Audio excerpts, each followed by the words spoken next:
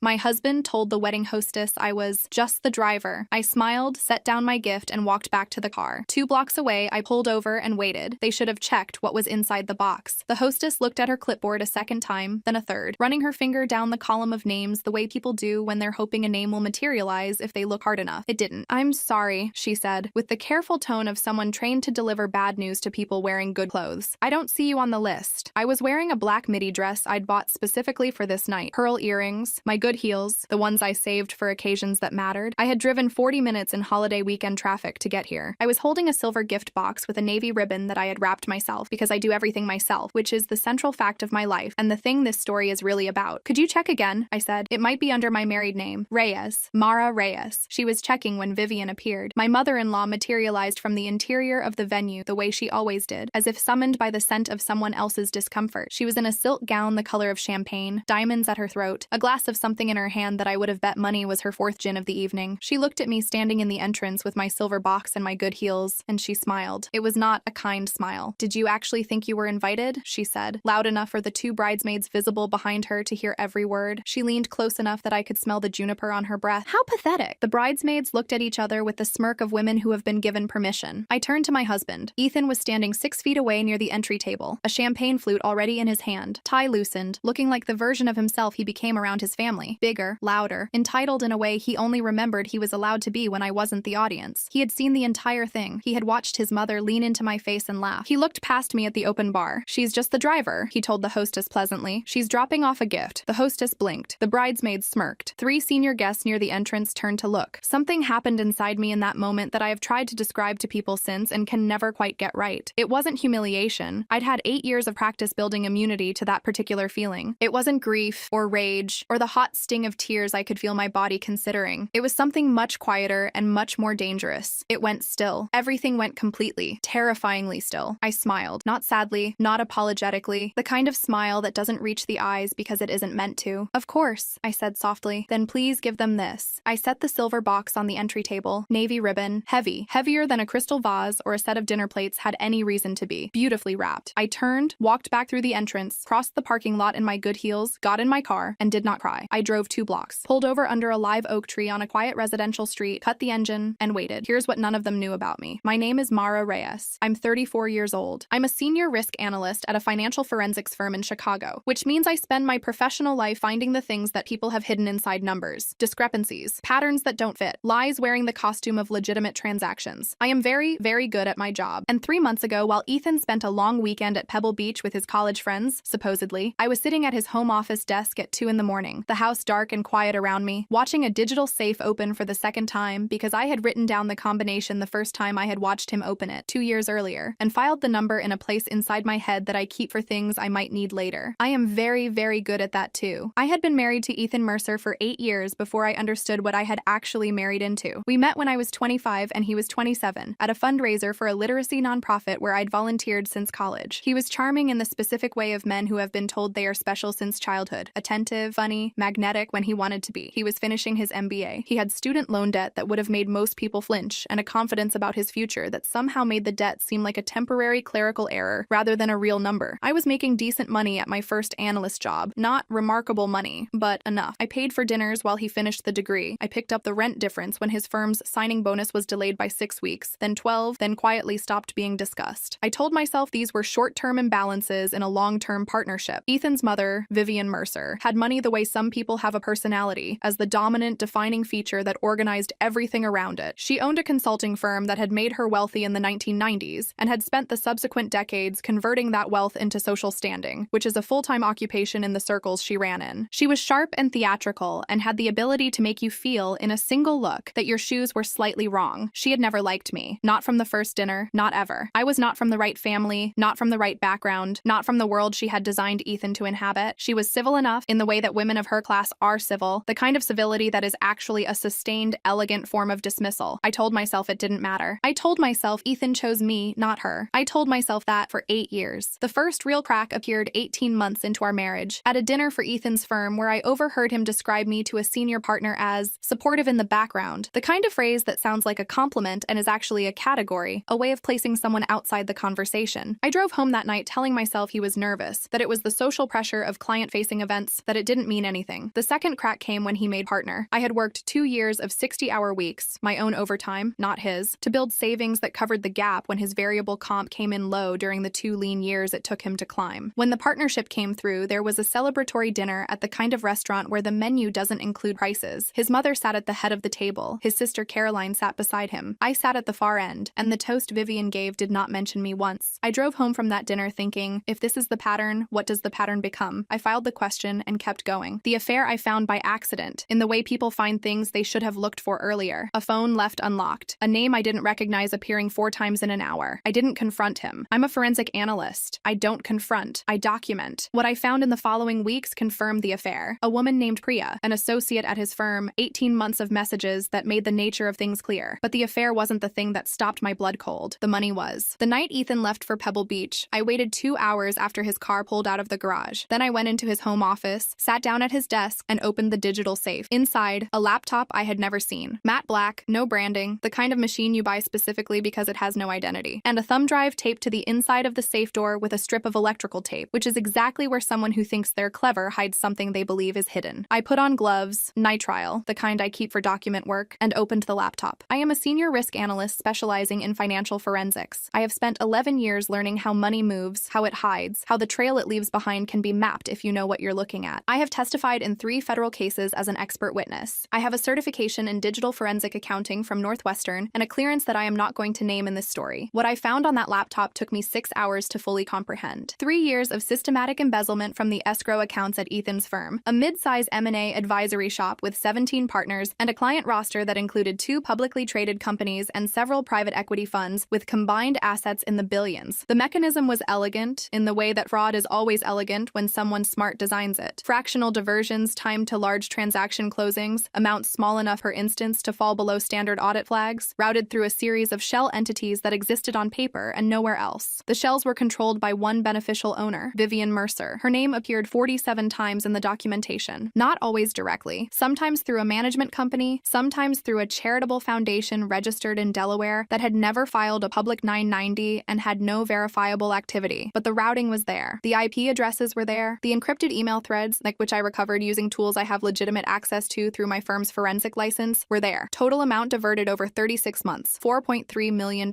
Of that amount, $250,000 had been routed in the past 6 months through a vendor account registered to a company called Mercer Event Solutions, which, when I traced it, was a shell created 8 months ago for the express purpose of paying for Caroline's wedding. Every orchid, every bottle of champagne, the string quartet, the venue deposit, the dress Caroline was going to wear down the aisle, the honeymoon booked at a resort in Tuscany, all of it. Stolen money. I sat at that desk for a while after I finished, just breathing. Then I photographed every document, transferred every file to an encrypted drive of my own, replaced everything exactly as I had found it, and went to bed. I did not sleep, but I went to bed. I spent the next 3 weeks doing what I do, building a dossier, not rushing it, not reacting, constructing something that had no gaps, no assumptions, no soft spots where a defense attorney could find purchase. Tab A, the embezzlement transactions, mapped to the corresponding client account closings they had been diverted from, with timestamps and routing numbers. Tab B, the shell company registry filings, the beneficial ownership records, the bank account signatories. Tab C, the email threads, decrypted, printed, cross-referenced with the transaction dates. Tab D, the Mercer Event Solutions vendor account, the invoices paid from it, the wedding vendor receipts I had obtained through a combination of public business registration data, and in 2 cases, a polite phone call from my firm's associate who identified herself as conducting a routine vendor audit. Tab E, my own financial records. 8 years of bank statements showing the transfers I had made to cover Ethan's gap years, the shared expenses I had carried disproportionately, the money that had flowed from my labor into a household that was also being funded by theft. This wasn't legally relevant to the fraud case. It was personally relevant to me, and I included it because I needed to see it written down. 312 pages total. On a Tuesday morning, 6 weeks before Caroline's wedding, I drove downtown to the Dirksen Federal Building and walked into the FBI's Financial Crimes Enforcement Network field office. I had called ahead, using the contact number I had from a previous case in which I had served as an expert witness. The agent I met with was Special Agent Dominic Parrish, 12 years in financial crimes, formerly with the IRS Criminal Investigation Division, a man with the methodical patience of someone who has spent his career following money through mazes. He read the first 40 pages while I sat across from him. He did not rush. When he looked up, he said, "How long did this take you?" 90 days, I said. From initial discovery to today. He was quiet for a moment. "Ms. Reyes, I need you to understand that once we open this, it goes where the evidence goes. We can't promise you control over timeline or outcome. I understand, I said. And you understand the whistleblower protections under Dodd-Frank apply to your employment situation, but not to any personal or civil matters. I have a separate attorney for that, I said, because I did. Her name was Patricia Okafor, 22 years in financial litigation, former federal prosecutor, a woman who had told me on our first meeting, after reading my documentation, "You've essentially done my job for me." Agent Parrish took the dossier. He told me they would be in contact. He did not tell me when. I went home, made dinner, and waited for Ethan to come back from work. I smiled when he walked in. I am very, very good at waiting. The 6 weeks between that meeting and the wedding were the strangest of my life. I knew what was coming. I did not know exactly when. Agent Parrish had called me twice with verification questions, both times from a number that showed up as unknown on my phone. On our second call, he had said carefully that the Bureau was actively developing the matter, which I understood to mean that they were building their own corroborating case around my documentation before moving. I had also filed for divorce. Patricia Okafor had advised me to file quietly, serve the papers through a process server rather than in person, and let the legal clock start running while the criminal process did the same. The papers were filed on a Thursday. They would be served after the wedding, on the Monday following, which Patricia had selected specifically because by that point, based on what she had heard from her contacts, the federal matter would be in motion, and Ethan's ability to respond to civil litigation would be significantly complicated. I had also done one more thing. I had built the gift. It was a silver box, 12 by 16 inches, wrapped in navy ribbon. Inside, 312 pages of forensic documentation, a complete duplicate of what I had given Agent Parrish, assembled in the same tabbed order, printed on acid-free paper that archivists use because it holds up. At the bottom of the box, beneath the last tab, I had placed a small Bluetooth speaker, no larger than a hockey puck, wired to a burner phone and programmed to auto-answer on the first ring and broadcast through the speaker at full volume. The phone number I had given to no one. Only I had it. I had rehearsed what I would say. Once, into the mirror in my bathroom at 11 p.m. on a Thursday, wearing my pajamas, speaking in the steady, level voice I use when I testify in court. Then I put the script away and trusted myself to remember it, because I always do. I had also checked the wedding planning spreadsheet, the one I had built myself 8 months earlier, before I was removed from the planning process after Vivian decided I wasn't a good fit for the committee. I still had the copy on my Google Drive. At 8:45 p.m., per the timeline I had personally constructed, the best man would present family gifts at the head table. I knew exactly when Ethan would open the box. Standing at the entrance that night, listening to Vivian say how pathetic in front of the bridesmaids and the guests and my husband of 8 years, that was the moment I understood that I had been right to build what I built. Not because it validated my anger, because it confirmed what I had known for months, that these people were never going to surprise me. They were going to be exactly who they had always been, right up until the second the floor opened underneath them. I set the box on the entry table with both hands. "Of course," I said. "Then please give them this." I smiled at the hostess. I did not look at Ethan. I did not look at Vivian. I walked back to my car, drove 2 blocks, and pulled over under a live oak tree on a residential street where I could see the venue lights through the branches. I cut the engine. I put the phone on the seat beside me. I checked the time. 8:31 p.m. I waited. 8:38, 8:42, 8:44. My hands were completely steady on my knees. I noticed that specifically, the absence of trembling. After 8 years of absorbing the weight of another person's life while being told I was supplementary to it, my hands were the stillest they had ever been. 8:45. I dialed. Later, from witness accounts that were eventually part of the public record, I was able to reconstruct what happened inside the tent. The best man, Ethan's college friend Marcus, who would later cooperate fully with federal investigators in exchange for immunity, had carried the silver box to the head table as scheduled. He had set it in front of Caroline, who was still in her dress, champagne in hand, radiant in the way brides are when they are the center of the universe, and haven't yet understood that universes have edges. Ethan had been at the head table when the box arrived. He'd glanced at it, seen the navy ribbon, and apparently said something dismissive. Marcus recalled the words as probably something sad from Mara, and reached for it himself. When the phone inside rang, he picked it up. Of course he did. His voice came through the speaker when he answered. Surprised, a little amused, the tone of a man who believed whatever was about to happen was going to be manageable. And then mine replaced it. "I hope everyone's enjoying the $250,000 wedding," I said, in the same voice I use when I testify. Level, clear, no heat, especially the partners from Ethan's firm. Every flower, every drop of champagne, every stitch of that dress, paid for with your stolen money. The tent went silent, according to 3 separate witnesses, in the way that large spaces go silent when something too large to process has just entered them. Senior partners set down their forks. A managing director from Ethan's firm, a man named Gerald Whitmore, 26 years at the company, the kind of institutional memory that notices things, pushed back his chair slightly. Vivian was on her feet. She was across the tent in seconds, according to Marcus, who watched her move through the crowd with the focused urgency of someone who understands exactly what is happening and is 3 seconds behind stopping it. She grabbed the box. She began tearing through the tabs, scattering pages, looking for the speaker, clawing through 312 pages of documentation that, even in her panic, she had to understand, in some part of her brain that was still functioning, was not going to get better the longer she looked at it. Ethan had dropped the phone. It didn't matter. The speaker continued. I know about the Cayman Foundations, my voice said. I know about the Peterson acquisition escrow. I know about all of it. A pause. I had timed it deliberately. You called me the driver tonight, Ethan. You were wrong. I'm the whistleblower. The call cut off. 3 seconds of absolute stillness. Then the front gates of the venue filled with red and blue light. 4 black SUVs, 3 police cruisers, 15 federal agents in FBI windbreakers, moving through the tent with the organized efficiency of people who have done this before and will do it again and are completely unimpressed by orchids. Special Agent Dominic Parrish led the team personally. I learned that later. 12 years in financial crimes. He had chosen this particular night deliberately. The firm's senior partners would be present. The evidence could be seized in a context that maximized both its legal utility and its visibility to the professional community that had been defrauded. He understood optics. I respected that. Vivian was handcuffed at the head table in front of every socialite she had ever lunched with, every charity board she had ever chaired, every person whose respect she had spent 30 years purchasing with money that was not entirely hers. The diamonds were still at her throat when they walked her out. She was screaming. Witnesses used that word consistently, screaming. But by that point, the pages were scattered across the tent floor, and the agents had the box and the Bluetooth speaker and the burner phone and 312 pages of documentation that I had spent 90 days building so that there would be no gaps. Ethan did not scream. He went to his knees. That detail stayed with me longer than I expected it to. Not with satisfaction exactly, more with the feeling of seeing something confirmed. He went to his knees because that is what people do when the weight of what they have done, carried for so long inside the fiction of a life that appeared successful, finally arrives all at once. The knees go first, then everything else. Caroline, in her stolen dress, stood at the head table and watched her wedding become a federal crime scene. I was sitting in a dark car 2 blocks away, watching red and blue light strobe through the branches of a live oak tree. I didn't smile. I didn't cheer. I didn't feel the hot rush of vindication I had expected for 8 years of small and large diminishments, for every dinner where I sat at the wrong end of the table, for every introduction where I was described as supportive in the background, for the night my husband told a hostess I was the driver. I put the car in drive. He wasn't wrong about that part, as it turned out. I had been driving. For 8 years, I had been the one behind the wheel, keeping the thing moving, covering the distance, doing the work that doesn't get acknowledged because acknowledged work stops being useful to people who need you not to notice what you're doing. I drove. Vivian Mercer was indicted on 14 counts: wire fraud, money laundering, conspiracy, and several others that Patricia Okafor explained to me over the phone the morning the indictment was unsealed, reading from the document with the quiet pleasure of someone who has done this work for 22 years and still finds a clean indictment satisfying. Ethan was indicted on 9 counts. He hired a defense attorney who spent 3 months trying to build a case around the argument that he had been misled by his mother, a position that might have been more sympathetic if the evidence hadn't included encrypted emails between them discussing the routing structure in language that left no room for misinterpretation. He pled guilty to 3 counts in a negotiated agreement: 18 months, minimum security federal facility, 3 years probation, full restitution. The firm, or what remained of it, was placed under a consent decree and a court-appointed monitor. Gerald Whitmore, the managing director who had been in the tent that night, became the de facto head of the restructured entity. He called my office 3 weeks after the arrest to thank me, which was a strange conversation, and which I ended as quickly as professionally possible. The divorce was finalized 7 months after I filed it. Patricia secured a settlement that included my full financial contribution over 8 years, calculated to the dollar using my own records in tab E of the dossier, plus interest. The marital home, in which my down payment had constituted 60% of the initial equity, went to me in full. Ethan signed the papers from federal custody. He sent me one message through his attorney, which Patricia forwarded to me and which I read once. I hope someday you understand how much of this you caused. I read it. I put the phone down. I went back to the document I was working on. There is an end to this story, but it doesn't arrive with a bang. It arrives quietly, the way things actually end when they're real. 14 months after the night at the venue, I was sitting on the porch of the marital home, my home now, the one I had always carried 60% of, on a Sunday morning in early fall, coffee in hand, reading. The neighborhood was quiet. A neighbor's dog was doing something ridiculous in the yard across the street. The light was the color of the specific September light that has always made me feel, for no articulable reason, that things are going to be all right. My phone buzzed. A news alert. Vivian Mercer, sentenced to 84 months federal prison. Restitution ordered, $4.3 million.